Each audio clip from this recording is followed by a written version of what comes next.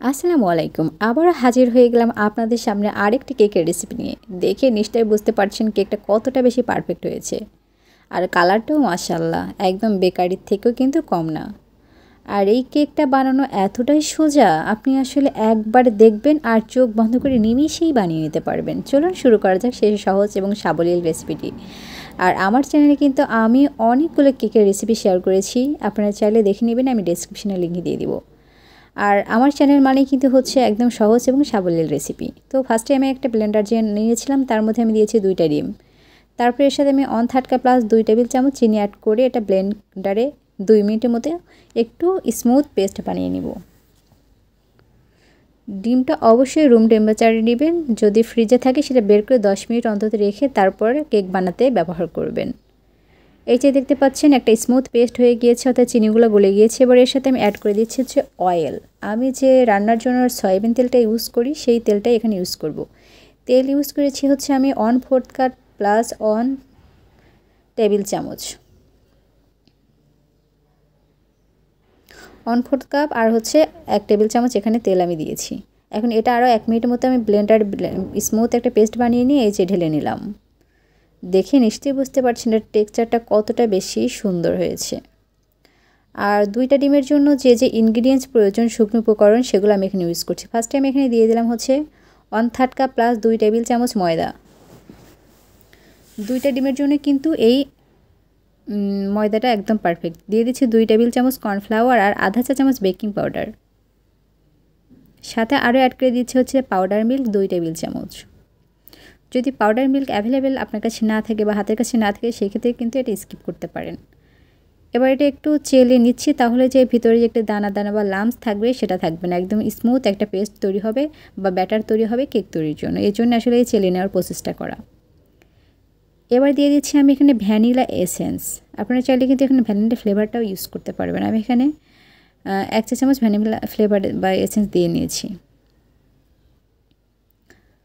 এবার হাত দিয়ে বা স্প্যাচুলা দিয়ে আপনি এটা ভালোভাবে মিশিয়ে নিতে পারবেন। তবে একটা জিনিস খেয়াল রাখবেন, খুব জোরে জোরে বা ঘষে ঘষে এটা ফেটিয়ে নেবেন না, জাস্ট একটু আলতো করে মিশিয়ে নিলেই কিন্তু এই কেকের ব্যাটারটা তৈরি হয়ে যাবে। আর যদি আপনি অনেক বেশি এটা হচ্ছে নাড়াচাড়া করতে যান তাহলে কিন্তু ওই যে একটি ফ্ল্যাপি ভাব আছে সেটা কিন্তু থাকবে না।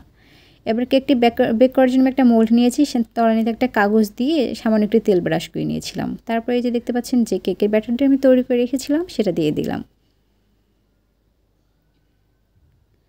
আমার চ্যানেলে যারা নতুন এই ভিডিওটি দেখছেন তারা অবশ্যই কমেন্টস করে জানাবেন, আর ভালো লাগলে অবশ্যই আমার পরিবারের সদস্য হবেন। কেকের ব্যাটারি দিয়ে নিয়েছি, এবার একটু ট্যাপ করে নিচ্ছি যেন ভিতরে কোনো বাবলস না থাকে। এবার আমি একটা চুলায় কড়াই বসিয়ে এটা ফ্রি হিট করে নিয়েছিলাম। তারপরে এই যে দেখতে পাচ্ছেন কেকের মোলটি বসিয়ে দিলাম। আমি 5 মিনিটের মধ্যে কিন্তু এটা ফ্রি হিট এমনিতেই করে নিয়েছি, তাহলে একটা গরম ভাব যেটা সেটা কিন্তু থেকে যাবে। এবার আমি 30 মিনিট মতো এটা বেক করে নেব লো হিটে। 30 মিনিট পর দেখেন কেকটা কতটা সুন্দরভাবে বেক হয়ে গিয়েছে।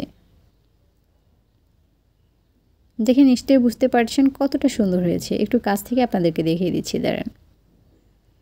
এই যে দেখেন, এবার কেকের কালারটা উপরেও সুন্দর নিয়ে আসার জন্য আমি উপরে একটা ঢাকনা দিয়ে দিলাম। তারপরে এটা উল্টে, এই যে দেখেন একটু উল্টে দিচ্ছি। উল্টে দিলে তাহলে কি হবে, এই হচ্ছে চুলার যে তাপ সেটা সরাসরি এই অপর পাশেও লাগবে। এভাবে আমি 10 মিনিটের মধ্যে বেক করে নিয়েছি। তারপর এটা আমি উঠিয়ে নিচ্ছি। এটা অনেক বেশি গরম আছে, এজন্য কিন্তু এটা খুলতে আমার একটু বেশি প্রবলেম হচ্ছিল। তারপর আমি অনেক কষ্টে এটা খুলে নিয়েছি, যেহেতু অনেক বেশি গরম ছিল। দেখেন এই যে উল্টো পাশটাও কিন্তু অনেক বেশি সুন্দর কালার এসেছে। এবার এরপর আমি এর উপর দিয়ে দিচ্ছি হচ্ছে সুগার সিরাপ, ব্রাশ করে নিচ্ছি। আপনারা চাইলে এটা স্কিপ করতে পারবেন। এখন আমি কেকটা মোল্ড আউট করে নিচ্ছি। দেখেন কতটা বেশি সুন্দর হয়েছে। আপনি যদি আজকে আমার দেওয়া টিপস অ্যান্ড ট্রিক্স এবং সমস্ত ইনগ্রিডিয়েন্ট একই মেজারমেন্ট ইউজ করে কেকটি তৈরি করেন, আমি গ্যারান্টি দিচ্ছি আপনার কেকটি এমন স্মুথ হবে।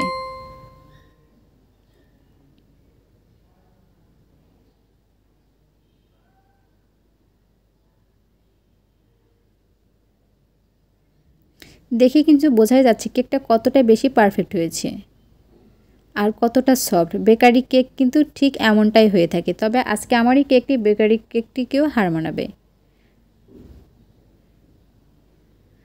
তো আজকের মতো এ পর্যন্তই। সবাই অনেক বেশি ভালো থাকবেন, সুস্থ থাকবেন। আবারও দেখা হবে আপনাদের সাথে নতুন কোনো ভিডিও নিয়ে। আল্লাহ হাফিজ।